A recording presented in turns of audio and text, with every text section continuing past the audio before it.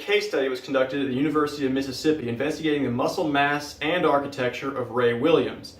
The very short summary of this study is that Ray Williams is humongous, his muscles are gigantic, and he's absurdly strong. But who exactly is Ray Williams? Well, he's only the strongest powerlifter of all time. Last year, at the time of this study, his best lifts were a 477.5 kilo or 1,053 pound squat, a 235 kilo or 518 pound bench press, and a 392.5 kilo or 865 pound deadlift. This brought him to an astonishing world record 1,105 kilo or 2,436 pound total. All of these lifts occurred in the 2017 IPF World Championship, where he competed in the super heavyweight division. So getting back to the study itself, one of the main things the investigators were looking for is exactly how much muscle does someone like Ray Williams carry around on them from day to day. Obviously, just looking at him, he's very, very large. First of all, he measures at 1.84 meters tall, which is right about 6 feet, and he weighs in at 183 kilos, which is just over 400 pounds. So obviously, he's a monstrous human being. But then the question becomes, what's his composition like? How much of that is actually muscle?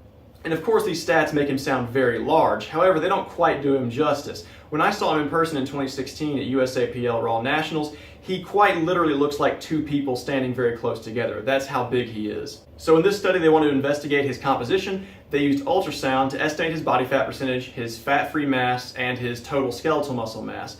So fat-free mass, of course, refers to anything in his body that is not fat. This includes bones, organs, skeletal muscle, and all other tissue, whereas the skeletal muscle mass only refers to the actual skeletal muscle size. And these findings are where things get interesting. His fat-free mass actually measured in at over 138 kilos, which is the largest fat-free mass ever measured on a human being officially. And just to emphasize how insane this level of fat-free mass is, consider this. If Ray Williams were somehow able to drop to 0% body fat, walking around with no body fat on him whatsoever, he would still be too large to make weight for the 120s and would still be a quite large super heavyweight powerlifter. So it's hard to wrap my head around someone being large enough to where only their lean mass is still considered absurdly huge. And of course, measuring his skeletal muscle directly comes in at 58 kilos, which is 128 pounds, which is an absurd amount of pure skeletal muscle. And estimating his body fat percentage puts him at about a 24% body fat. He's carrying around about 100 pounds of body fat. This is not exactly what most people would call lean, but considering that he's over 400 pounds, that is a very, very lean 400-pound person. It's not even uncommon to see low-level powerlifters and bodybuilders in gyms all across the United States at 24% body fat at a much, much, much lower body weight.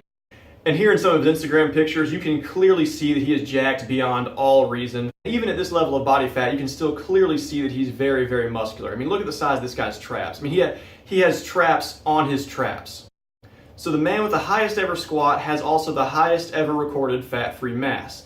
This should not be that surprising, but it does remind us of some important principles when it comes to training. It reminds us that one of the most powerful drivers of muscle strength is that muscle's cross-sectional area and overall mass. This case study, along with many other studies, teaches us that if you want to be a more competitive powerlifter or just a stronger person in general, one of your primary goals in training should be to increase muscle hypertrophy. We know that the primary driver of overall muscle size is volume. So to put on as much muscle as possible, any good powerlifting program should have at least a decent amount of overall volume, as well as some designated high volume assistance work. Now, I'm not saying that going out and knocking out some bodybuilding work is going to turn everyone into Ray Williams.